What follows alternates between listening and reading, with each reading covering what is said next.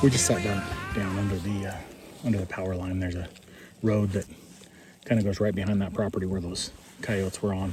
The wind has shifted and it's going straight that way, so I really shouldn't even waste any time here, but I wanted to blow a couple of these calls just so you can kind of hear the different tones and stuff. You know, this time of year, it's, you know, middle of December, almost Christmas actually. We've had almost no snow, virtually no snow. It's you know, 50 some degrees today. It's just such a crazy winter. And so, you know, these predators are just not desperate for food. They're not hungry. They're not, you know, the prey distress calls just are not bringing them in. So about the only thing you can really do this time of year is your territorial howls and that kind of stuff. You know, even maybe some distress and whimper calls, like pup distress and whimper calls. Even though we're not in whelping season or denning season right now, you know, that might get them going. About the only thing they are this time of year is territorial in preparation for breeding in the next couple of months. So, yeah, so anyway, I've got two howler calls that I use. I'm in the process of getting some more. These are the ones that I found that are commercially available that aren't, you know, custom hand calls. And this is the one that I really like.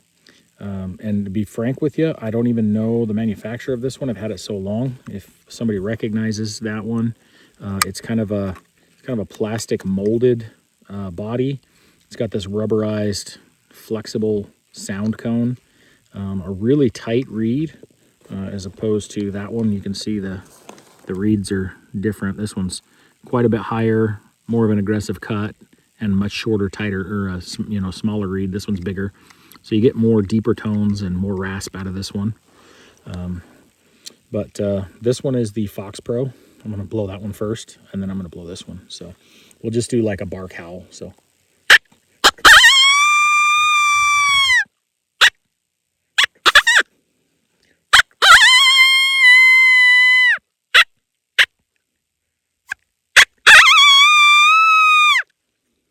So pretty high pitched, really hard to make different tones with that one.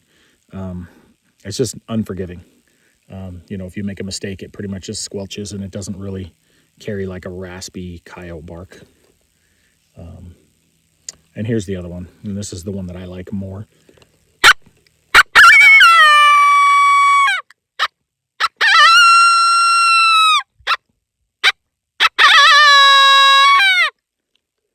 So this one is definitely more versatile, deeper. You can get the high tones, but you can also get the low raspy tones. And, you know, if I use two hands and kind of mess with the sound cone, I can get some different sounds with it. So you can use your lips on these, your upper lip, and slide in and out, or you can use your teeth. It really depends on how you like to blow them. I've actually seen guys blow them upside down. I can't do it that way. It sounds like a goose call when I do it that way. But like a long howl, so you can do like a long, like a lone coyote locator howl. You can just do a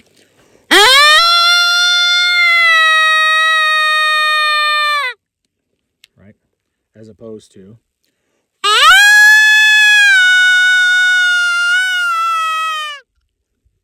so kind of two different calls. I like them in tandem. I like to use them together. You know, especially early morning, late evening. You know, you can almost do a serenade. I'm not very good at it, but you can do two at one time and almost sound like two, you know, a pair of coyotes serenading. You can do some whimper or distress.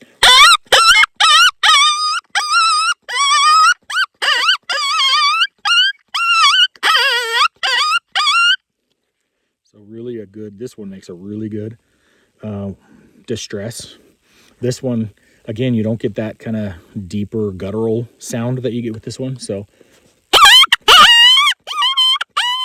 and the harder you blow this one, it kind of squelches out. So you have to blow it lighter. And the closer you get to the tip on this one, the closer you get your lips down here, the more it kind of squelches out. So you could probably do some tuning with that reed a little bit. But like I said, this one is just, I like it for howls and the higher pitch howls and barks, but that's about all that one's good for. So now when it comes to prey calls, I really like mouth diaphragms. Unfortunately, I didn't do a good job this year maintaining my mouth diaphragms, and I've got about 20 different ones in my drawer. And when I went to get them out, they were all moldy, and I don't know if there was just too much moisture in the drawer. Normally what I do when I'm done with them is I wash them really well. I put toothpicks between the layers of latex to let them air out, and then I put them away in a drawer, and there's usually like a silica packet in there. I don't know what I did wrong. So, they are a wearable part. They don't last forever, so you have to replace them anyway. But the ones that I really like are made by MFK, Made for Killing. If you haven't seen those, they're amazing. I've used a bunch. I've used all the name brand ones you can get at Shields and Sportsman's and stuff, and they all kind of sound really similar. What Jason Grosclose and the guys at MFK do really well is they tune and stretch that latex perfectly, so you get really, really good sounds. You can make everything from a bird distress, a blue jay or magpie distress, to a rabbit, high pitch, slow pitch. You can do amazing barks and howls, different tones, and they've got several different cuts that I like. There's a new company that I found. I think they were more of a turkey hunting company. They're called Cluck, Kluk. They make some really nice mouth diaphragms as well. I would warn you, if you're going to get into mouth diaphragms, don't fall victim to trying to twist and bend them. People, you'll see videos online, people telling you to do that.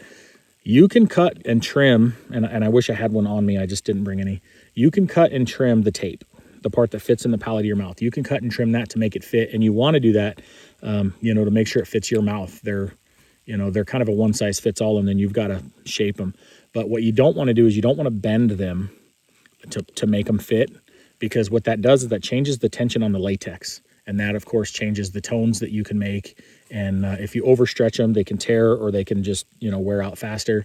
If you bend them in, it takes tension off, and then you don't get the sounds that you want.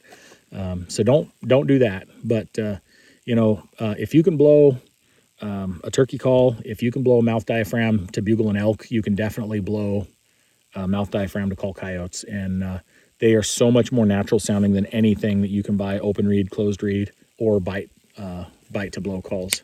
So anyway, I've got a couple bite to blows on here. I talked about before. I've got the catnip, Primos catnip, that I like.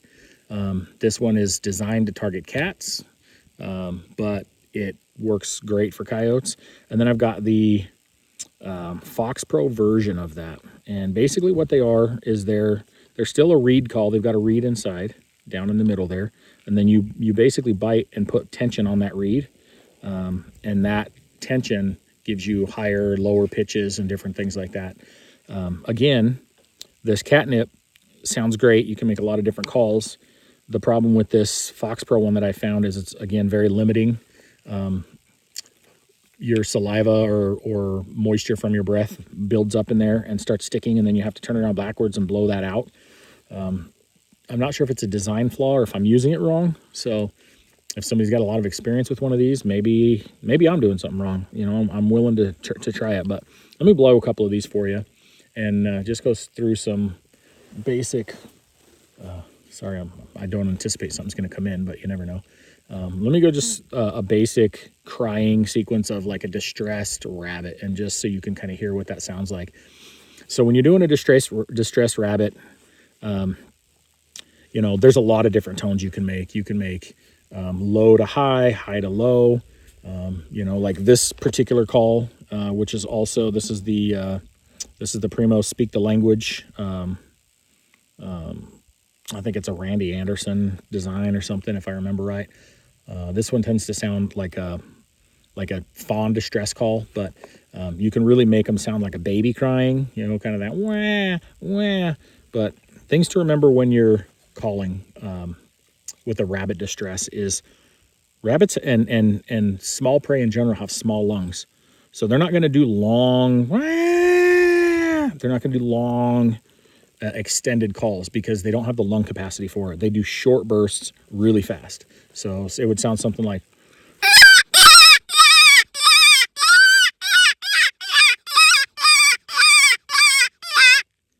So that's just kind of one example of what you can do, but they don't all have to be that fast. I like to kind of change the pattern.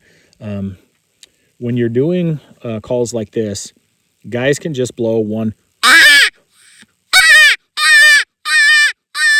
right? And it's kind of boring. It doesn't really instill a sense of urgency or like the prey is really distressed, right?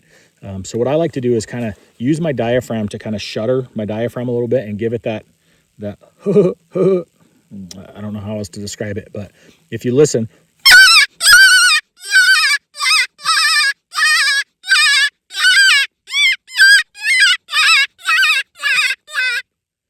so you kind of get that shuddering. It's like a trembling or really worked up animal. So compare that tone to this tone, and I'll just do the same thing.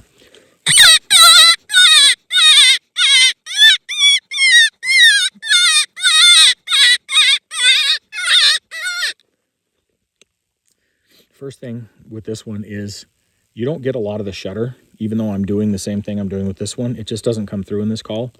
And when I'm working my hand over the call, the idea is to kind of break up the sound, right? To let the sound out and then and cover it, let the sound out and cover it. And what that does is it gives the downrange, when you hear that call downrange, it gives kind of the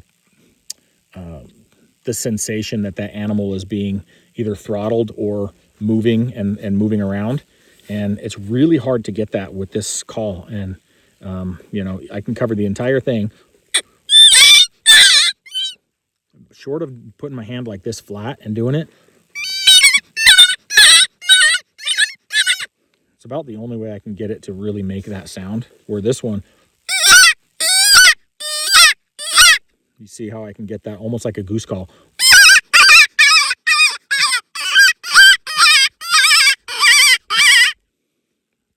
So when you're calling, these are some things that you want to pay attention to. I don't recommend going really, really high and then really, really low because it'll sound like two different animals, which doesn't sound natural. And an example of that is I'll start low.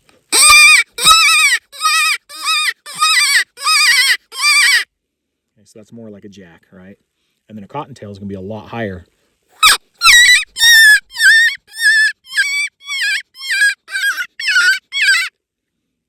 You accomplish that by either biting lower or biting higher and the amount of pressure that you bite.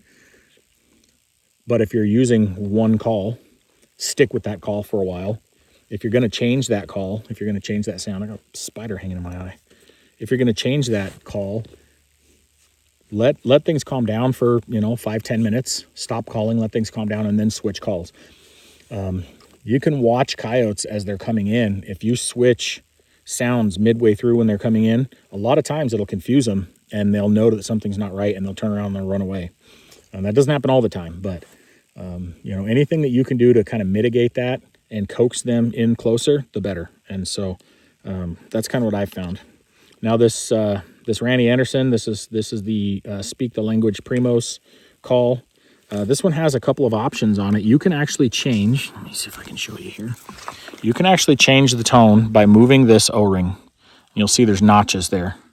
And the further toward this end that you put it, the deeper it is. And the further toward this end that you put it, the higher pitched it is. And so this one is a little bit versatile in the fact that you can change the tonality a bit.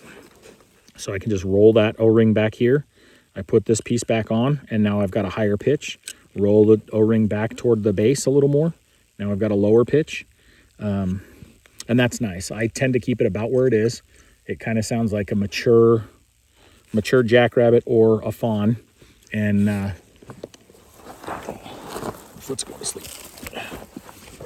So if you use it as a jackrabbit call, I like to blow it a little harder and try to get a little bit more rasp out of it. So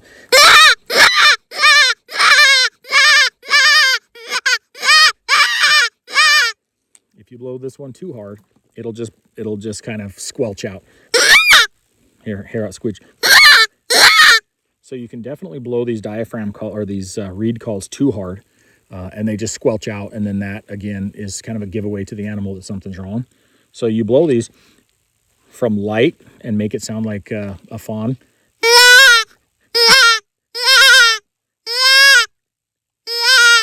Right, and just like a fawn bleat, to more rasp to make it sound more like a rabbit.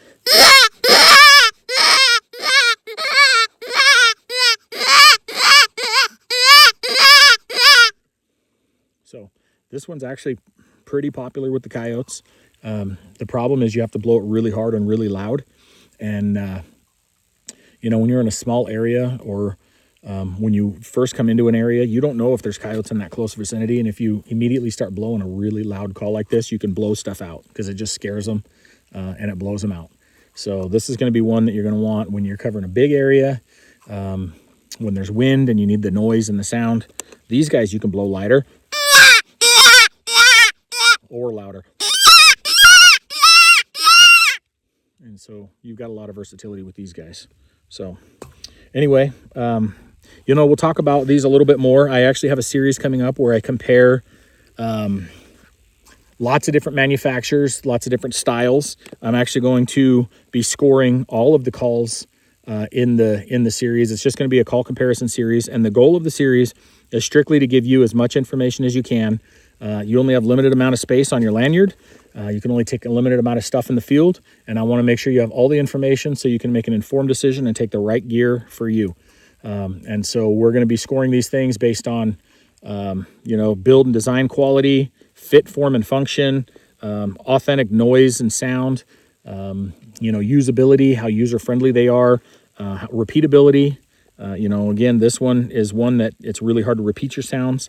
And it's a good example of one that, you know, it kind of does one sound well, but it doesn't do a lot of sounds.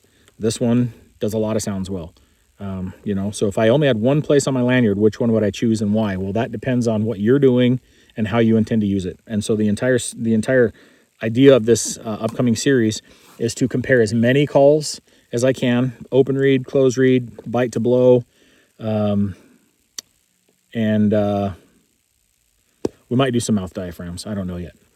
Depends on what I get for submissions and what I get before I start the series. We're going to compare them all. We're going to do the same sequences. They're going to be scored 1 to 5, and the score is strictly so that you can see how they rate. I'm not doing a who's better, who's best, anything like that. I'm not making recommendations. I just want to give you the information so that you can make the best decision based on what you want to do with it and how you intend to use it. So anyway, thanks for watching, and we'll catch you next time.